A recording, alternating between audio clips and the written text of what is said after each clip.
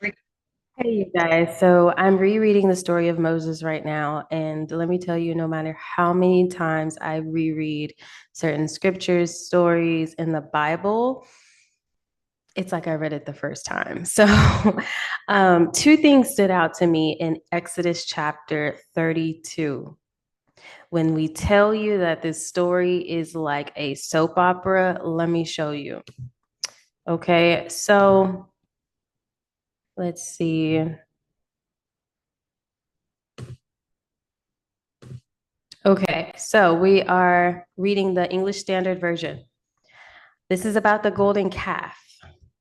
So, for those of you who don't know, Moses is on the mountain, Mount Sinai, right now, literally having God write the commandments on tablets, literally like creating the law. And when the people saw that Moses delayed to come down from the mountain, the people gathered themselves together to Aaron and said to him, Up, make us gods who shall go before us.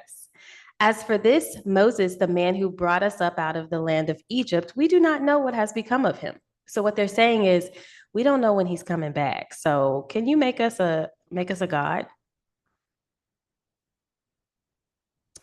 It says, So Aaron said to them, Take off the rings of gold that are in the ears of your wives, your sons, and your daughters, and bring them to me.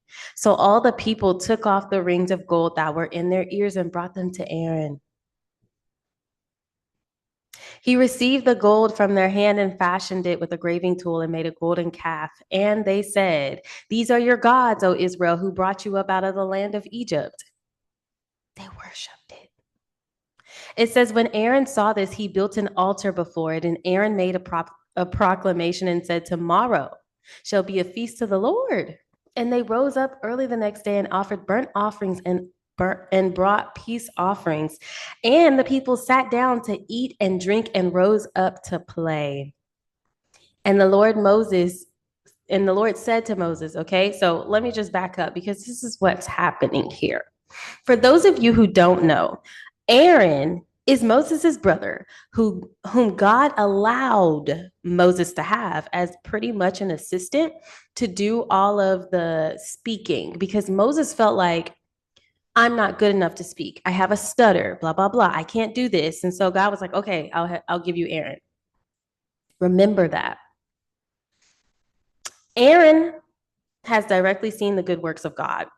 Aaron is working alongside Moses, so he knows everything. It's not like he's not, I mean, obviously, God has given the Israelites lots of slack, but Aaron is literally one of the leaders.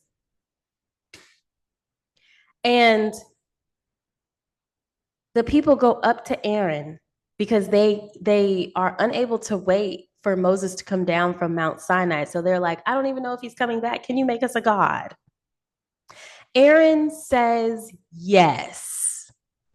Guys, this is the reason why when God calls you to do something, and I've never even thought of this story this far, but this is the reason why when God calls you to do something, he called you to do it. Because had Moses said, okay, God, I'll do it. I have a stutter, but I'll do it. I'll speak, blah, blah, blah. We wouldn't, I don't know if we would have this story with Aaron building a golden calf. Because the people went up to Aaron simply because of his status, of who he was. They knew that it was Moses' brother and they were together in on this. Aaron was speaking for Moses, for God, but for Moses. So the Israelites went up to Aaron and asked him to build a God.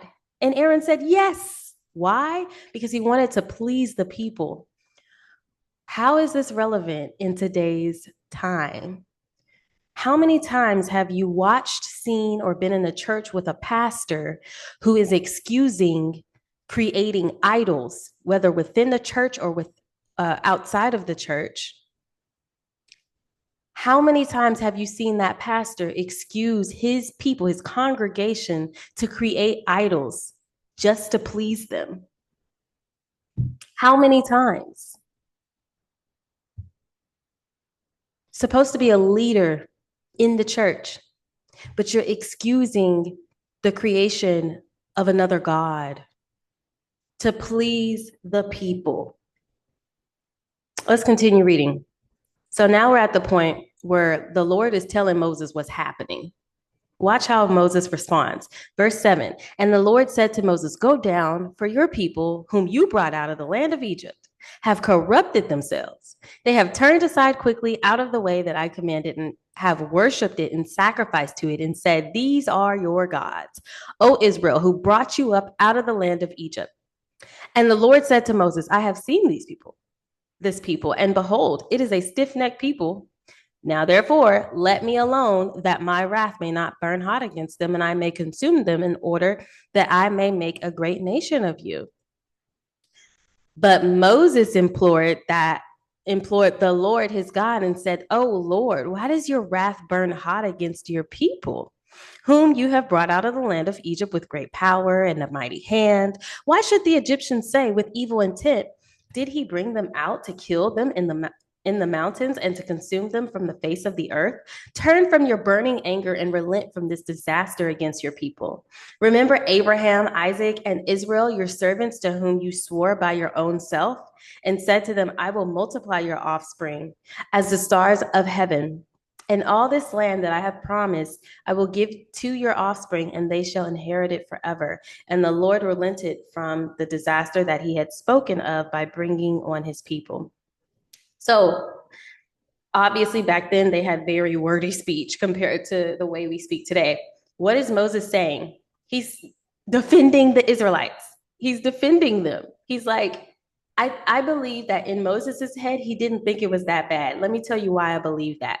Because then, in verse 15, then Moses turned and went down from the mountain with the two tablets of the testimony in his hand, tablets that were written on both sides, on the front and the back, they were written.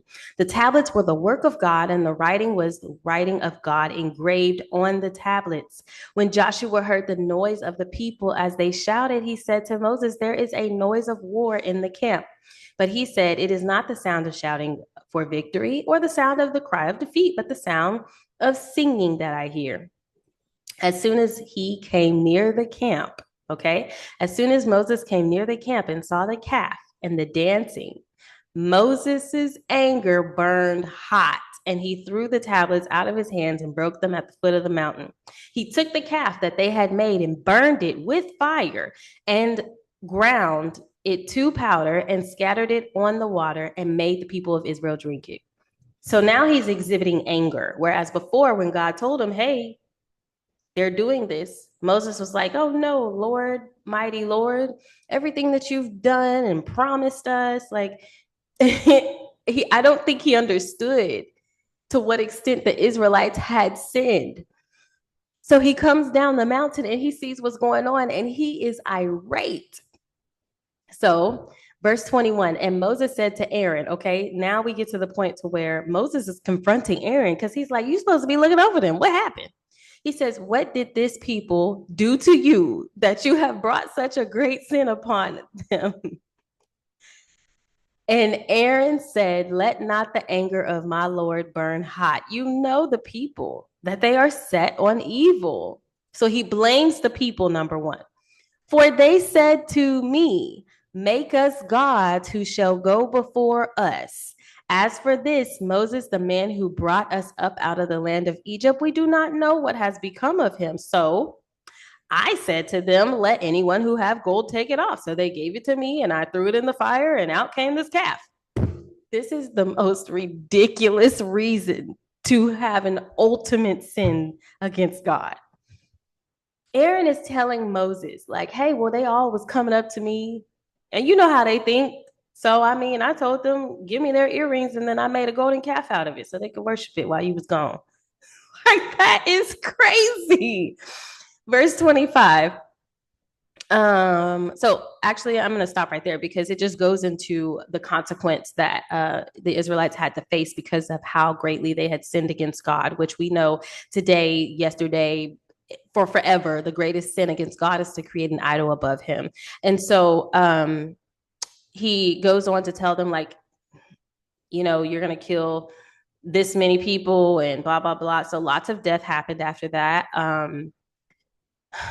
They served the consequences. The Lord actually, even right here in verse 35, sent a plague on the people because they made the calf. And it even mentions the one that Aaron made. Like, it's so ridiculous. So I say all of that to say, I already explained the first thing that stood out to me was just the fact that we have Aaron in this picture simply because Moses thought that he wasn't good enough to do it alone as God had called him to.